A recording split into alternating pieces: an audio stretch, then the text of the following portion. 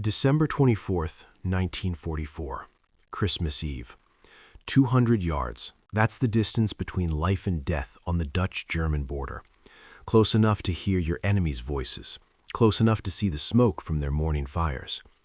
For Corporal Bloom from London and hundreds of men from Britain's legendary 7th Armoured Division, the Desert Rats, Christmas wouldn't arrive with carol singers or family dinners. It would arrive in metal containers fired from German 105mm howitzers. Christmas cards, wrapped in propaganda. Peace on earth, delivered with deadly force. This is the story of how a gesture of psychological warfare became a tragedy that cast a shadow over the darkest Christmas of the Second World War. By December 1944, the war seemed to be nearing its end. Following their successful invasion of Normandy in June and subsequent breakout, Allied forces had liberated Paris and were pushing toward the German heartland. The Nazi war machine appeared to be collapsing. Victory felt inevitable. But the map of Northwest Europe told a different story for those who looked closely. The British 7th Armoured Division, immortalized in North Africa as the Desert Rats, had been fighting through France, Belgium, and now the Netherlands since D-Day. By December, they had reached the southernmost province of Holland, Limburg. After years fighting from Egypt to Tunisia to Normandy, the division had re-equipped with Cromwell cruiser tanks and was the only British armored division to use them as their main battle tank. The 1st Battalion Rifle Brigade was one of the division's infantry components. These weren't ordinary soldiers. The Rifle Brigade traced its lineage back to the Napoleonic Wars. They were trained as elite light infantry, fast-moving, hard-hitting, and used to operating in difficult terrain. On the 1st of December 1944, the battalion arrived in a cluster of small villages near the German border. Their orders were defensive: hold the line, prevent German infiltration, wait. The villages they occupied, Nieuwstadt among them, were unremarkable. Brick houses with steep roofs, narrow streets, farmland stretched in every direction, frozen and bleak beneath December skies. Corporal Bloom, a mortarman from London, found himself in Nieuwstadt with his comrades. His weapon, the 3-inch mortar, could lob high-explosive rounds over a mile. It was a crucial defensive tool. But here's what made this sector different from the fierce tank battles they'd fought months before. The enemy was disagreeably close. 200 yards. In some places, you could see German helmets moving in their trenches. You could hear them shouting to each other. The German Wehrmacht held the villages and positions just across the frozen fields, so close that snipers became a constant threat, and every patrol was a deadly gamble. This wasn't a fluid battlefield of advancing armor and retreating infantry. This was something grimmer. Positional warfare. A static front where soldiers hunkered in foxholes and buildings, trading shell fire and mortar rounds day after day. And winter was settling in with brutal force. While history books would remember December 1944 for the Battle of the Bulge, the massive German offensive launched in the Ardennes on December 16th, few remember that British and Canadian forces were holding other critical sectors of the front. Though American soldiers bore the brunt of Hitler's desperate winter offensive, hundreds of thousands of Americans, supported by thousands of Britons and Canadians, poured into the area to support the defense. But in Limburg, the war had taken on a different character. A small part of Limburg had been liberated by U.S. forces in September 1944, but the region remained a contested border area throughout the winter. For the soldiers of the Rifle Brigade, life became a grim routine. Each motor company rotated through the frontline villages, one company in each village. The support company split between positions. Another company held in reserve, ready to counter any German breakthrough. The enemy wasn't passive. The enemy was disagreeably close to our forward defensive lines, only 200 yards at one point, and was quite aggressive in his patrolling and accurate with his shell and mortar fire. German patrols probed the British lines nightly. Snipers waited for any careless movement. Artillery and mortar fire arrived without warning, sometimes targeting a single building, sometimes blanketing entire streets. The riflemen gave back as good as they got. Corporal Bloom and his mortar section would calculate coordinates, drop rounds into tubes, and send high-explosive shells arcing into German positions. Machine gun nests covered likely approach routes. Snipers watched through frozen scopes. But casualties mounted. We suffered occasional casualties from shelling, especially at Nieuwstadt. Occasional casualties, each one a man with a name, a family, a life interrupted by a random shell fragment or sniper's bullet. And then came Christmas. Christmas on the front line is a peculiar experience. For soldiers far from home, facing the possibility that each day could be their last, the holiday becomes almost unbearably poignant. It reminds you of everything you're fighting for and everything you might never see again. The British Army did its best to maintain morale. Supply officers worked to bring up special rations. The NAFI, the organization that provided comforts to British troops, delivered beer and brandy. The unit's presidents of the Regimental Institute managed to secure what they called good Christmas fare. Someone even made a remarkable journey. David Clive, who had returned to the battalion from Brigade headquarters and became second in command of the support company, undertook a special mission. He traveled all the way to Reims, deep in liberated France, and returned with excellent stocks of champagne. Champagne in a foxhole. It was the kind of absurd luxury that war produces, a tiny island of civilization in an ocean of violence. But the Germans had their own plans for Christmas. In November and December 1944, German propaganda units distributed leaflets over Allied positions in Western Europe, many with Christmas themes. These weren't ordinary leaflets. One leaflet showed children around a Christmas tree with the text, "You shouldn't see this picture," followed by text telling soldiers to forget the millions of children who would have no Christmas, waiting in vain for fathers who would never come home. Another showed a happy crowd welcoming home an American serviceman at Christmas. The back warned that the war is not over yet, and he could come home crippled or maimed for life.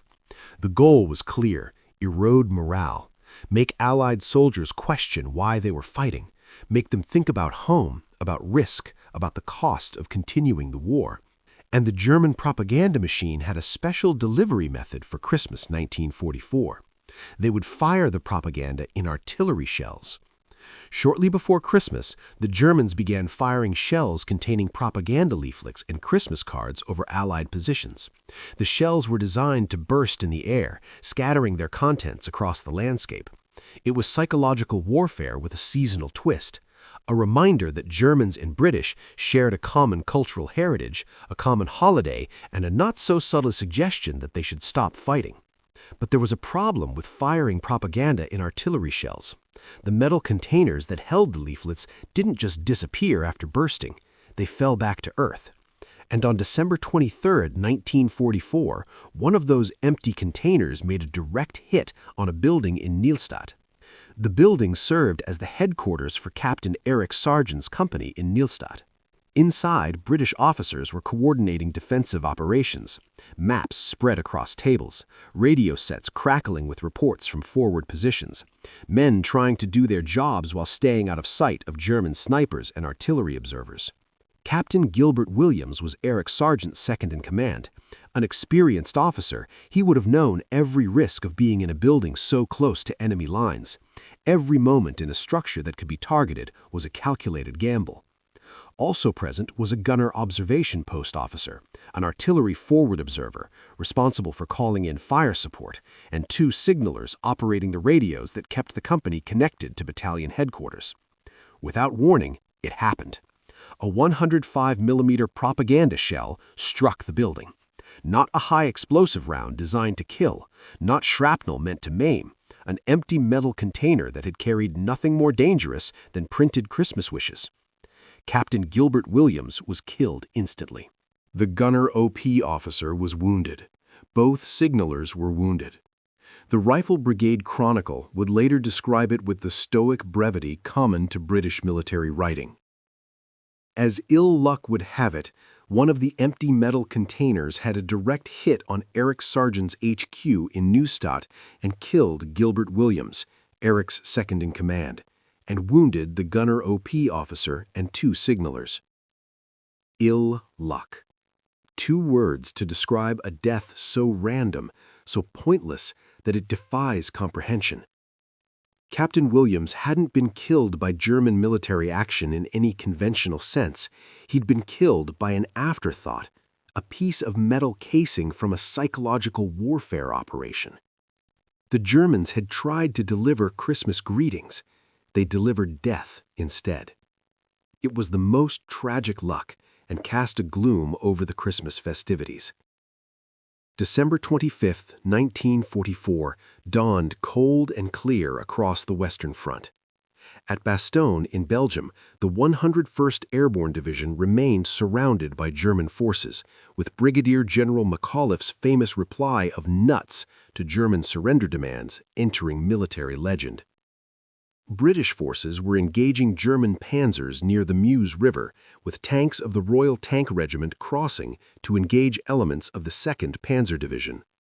And in Nieuwstadt, the men of the 1st Battalion Rifle Brigade prepared to celebrate Christmas as best they could. The loss of Captain Williams hung over everything. In military units, especially close-knit ones like the Rifle Brigade, officers weren't distant figures. They were men you knew, worked with, relied upon. Williams' death was personal for every man who'd served with him. But the British military tradition has always emphasized carrying on, maintaining routine, finding moments of normalcy even in the most abnormal circumstances. One remarkable photograph from that Christmas shows Rifleman Corker of 1st Rifle Brigade enjoying Christmas lunch in his foxhole on the front line at Nieuwstadt on December 25, 1944. Think about that image for a moment. A foxhole, a slit in the frozen earth, barely large enough for a man to crouch in. Mud and ice, sandbags, a rifle within arm's reach. And in that hole, a British rifleman eating his Christmas lunch. You can see it in his face. Is it resignation, determination, dark humor? Perhaps all three. The photograph captures something essential about infantry combat. Life continues even when death is yards away. The Chronicle recorded how men celebrated. Everyone spent Christmas as best they could, and there was some enjoyable if impromptu parties.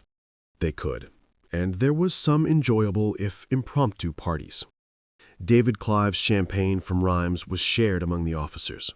The NAFI's beer and brandy were distributed. The PRI's special Christmas rations, probably including the legendary British Christmas pudding that could survive artillery bombardment and still be edible, made their way to the frontline positions. In some dugouts and cellars, men sang carols.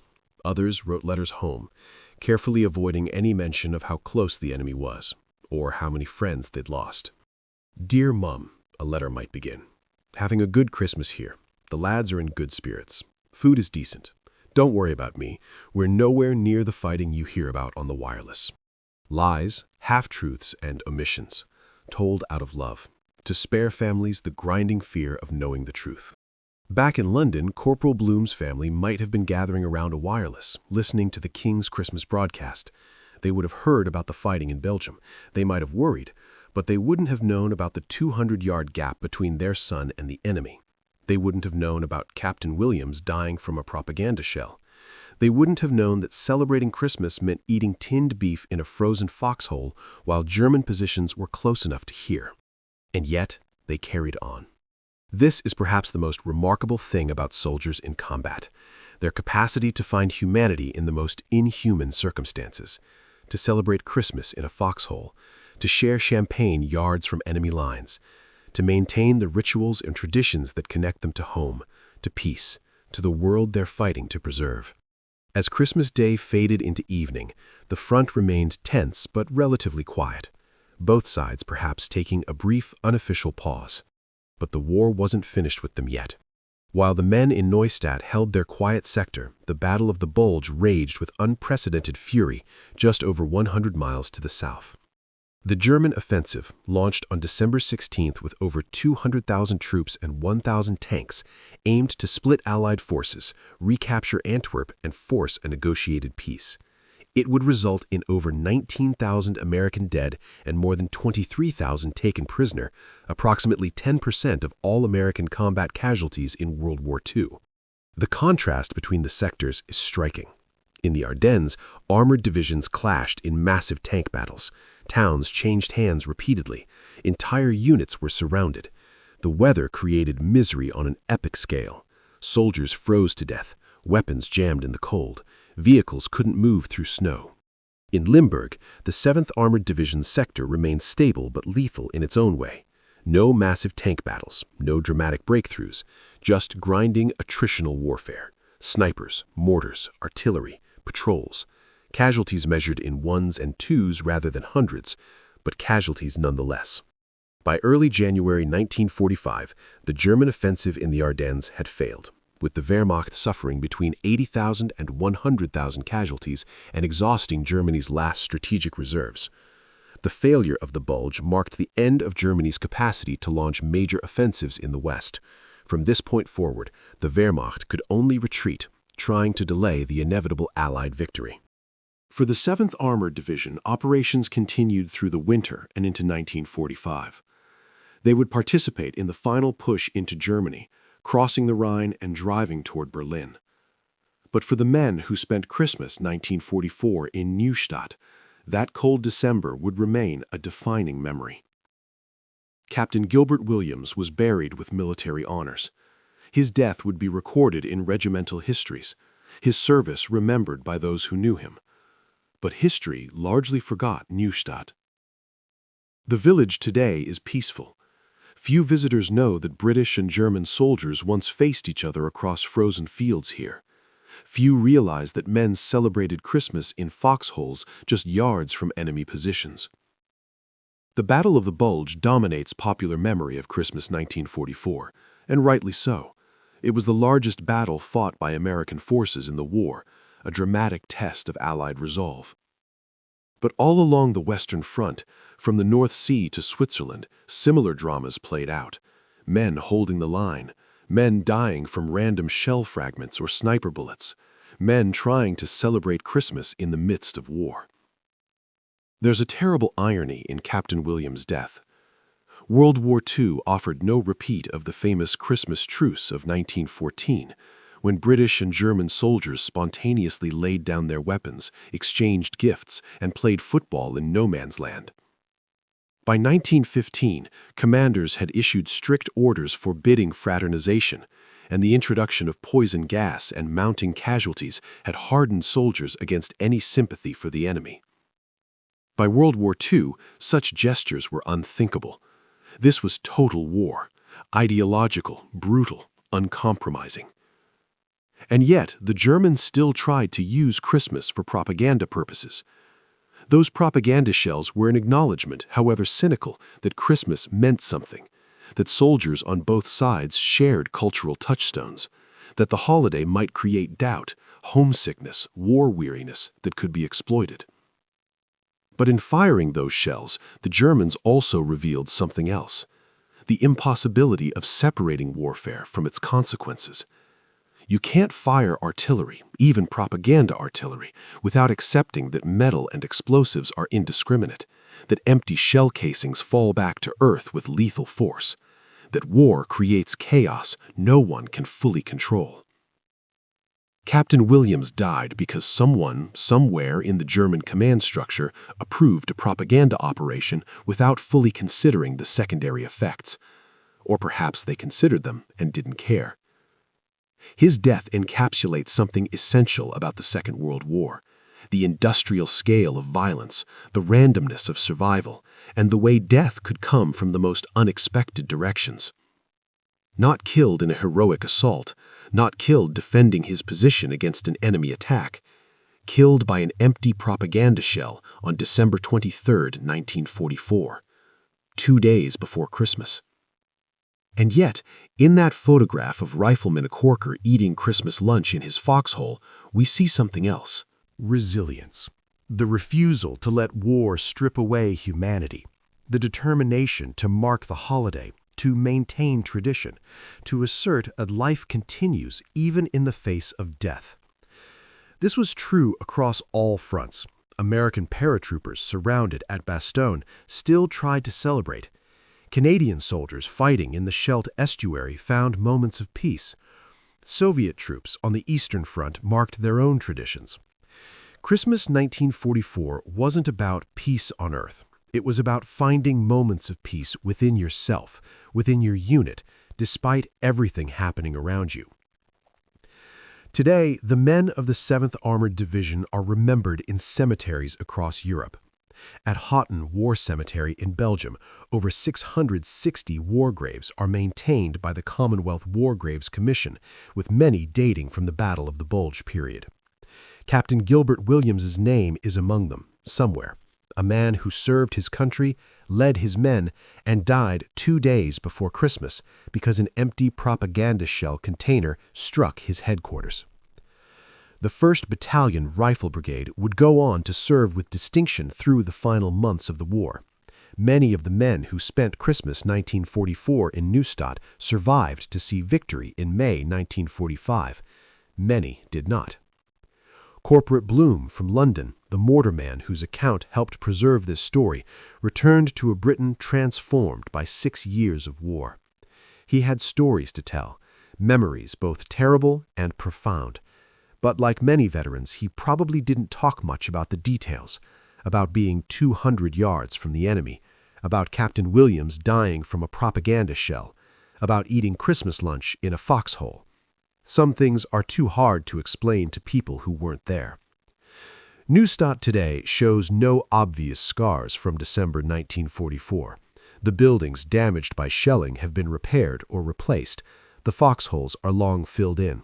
Life goes on. But history remains if we choose to remember it. Every soldier on the Western Front in December 1944 has a story. Most have been forgotten. The great battles, Bastogne, the Meuse crossings, the desperate fights in the Ardennes forest dominate the history books. But war is made of thousands of smaller stories. Riflemen holding quiet sectors, men celebrating Christmas in foxholes, officers dying from random shell fragments. All of them matter. The Rifle Brigade's Chronicle recorded their time in Nieuwstadt with typical British reserve. We arrived there on the 1st of December and took over. The enemy was disagreeably close. We suffered occasional casualties.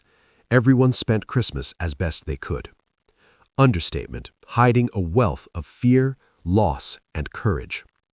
So the next time you see a photograph of a soldier eating Christmas dinner in a foxhole or hear about troops holding the line during the holidays, remember, these weren't abstract historical forces.